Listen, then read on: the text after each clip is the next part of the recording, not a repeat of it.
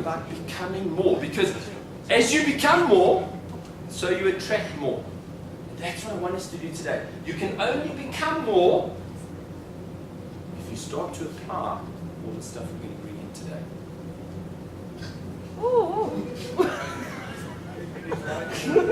Shake that ass. That is two conditions that we suffer from. The first one, and I'm not going to get these mixed up. The first one is stink eye. Not stink butt, people. Stink eye. Stink eye is the first condition we suffer from, and the other one is tight butt. Now, tight butt are those people that sit here and we have things we're trying to do because we're wanting you to learn, to be able to apply the stuff. And you have got such a tight butt that you are not going to participate no matter what. Okay? I'm going to show you. And you know what tight butt turns into? Tight butt turns into stink eye. And stink eye says, I don't like what you're doing.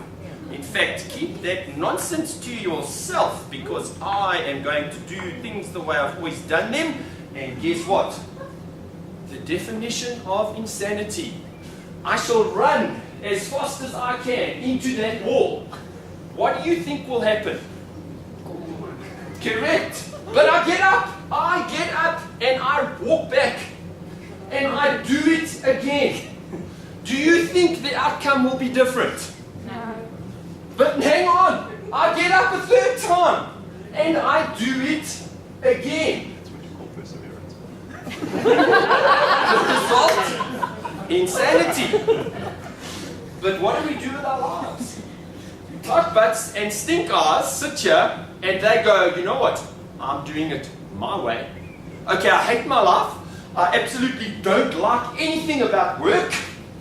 But I'm still doing things the way I'm doing them. Let me run into that wall a fourth time, Andrew. Okay. I'm asking you today to open your minds a little bit, especially the naughty ones in the back. Yeah, we can back to I'm asking you to open your minds a little bit, to stretch, to try something different, because all progress requires change. But not all change is going to result in progress. So I'm asking you today to try to do things differently to the way you have before. Get rid of your stink eye, try and get free of your tight butt, and let's try to do things. Every single exercise that we do today, as we go through them, there's a reason. The stuff you're going to remember is not the stuff that I'm going to tell you when I stand up here.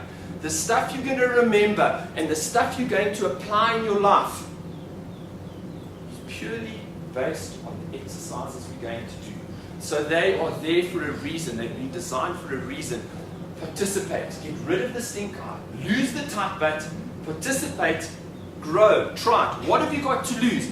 I'm offering you a whole lot of invitations today. Take some of those invitations. Use them. A pair of shoes that fits me. Monet would probably put them on and they'd fit him like a glove. Esme would give you blisters. Okay? but how good would she look walking in my shoes? The reality is, not all these ideas are going to work for everybody. Just like my shoes will fit, they won't fit.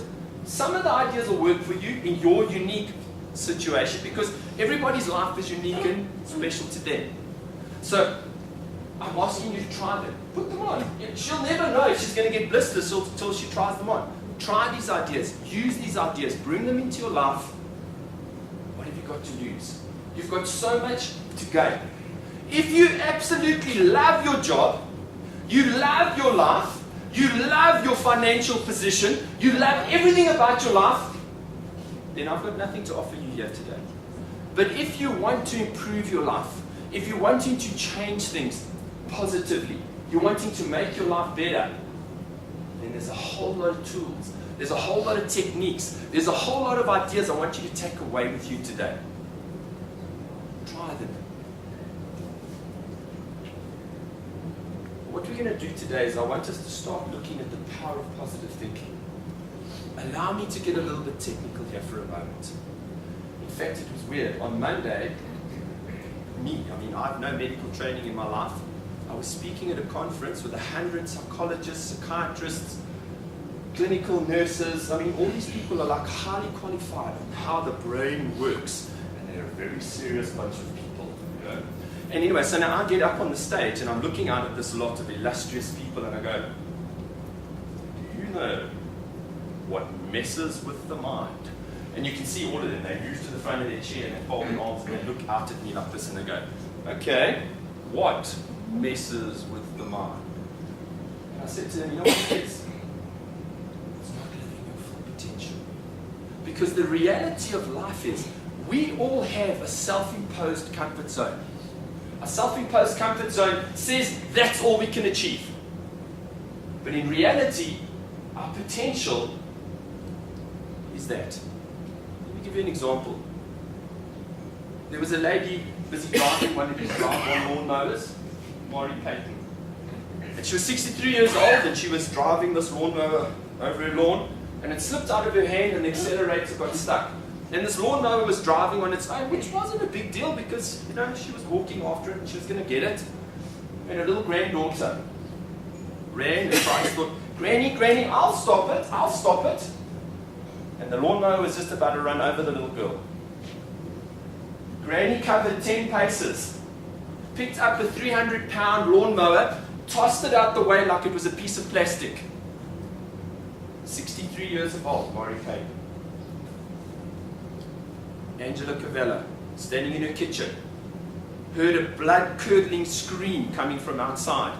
She ran outside and she found that her son was trapped under a 1964 Chevrolet Impala. Those things are massive. Anybody know how big those cars are? The jack had fallen out and it was resting on his chest. She grabbed the car, she lifted it and held it off him for 5 minutes. The Olympic world record for the deadlift for women, trained athletes, 502.6 pounds.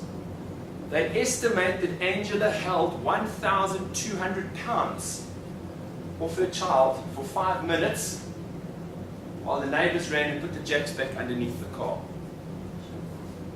What are we capable of achieving? Is it what we think we're capable of achieving? Because that's our self-imposed comfort zone, remember? That's all we can do. That is 1,200 pounds of motor vehicle that she's holding for 5 minutes. This is 502 pounds, which is the Olympic world record. What are we capable of achieving? So what I'm wanting to highlight today, what I'm wanting us to take away with us today is this is what we believe we can achieve. In the past, we used to stand and go, you know what? When I see it, Andrew, when I see it, I'll believe it. And I'm challenging that. First shift I'm wanting you to make today. It's no longer about whether you see it, then you'll believe it. I want you to believe it. When you believe it, 1,200 pounds is possible. In fact, let's go outside right now and start picking up cars. Any? The reality is, what are we capable of achieving? Start believing more, start seeing more, and anything and everything becomes possible for you. So that's the first shift I want you to make today. Stop saying, when I see it, then I'm going to believe it. Start saying, if I want to see things change in my future, I have to first start believing it's possible. Do you know how our brains work? Our brains start to work, and they're an amazing machine, and they work 24 hours a day, 365 days a year. From before we're born, right up until we fall in love.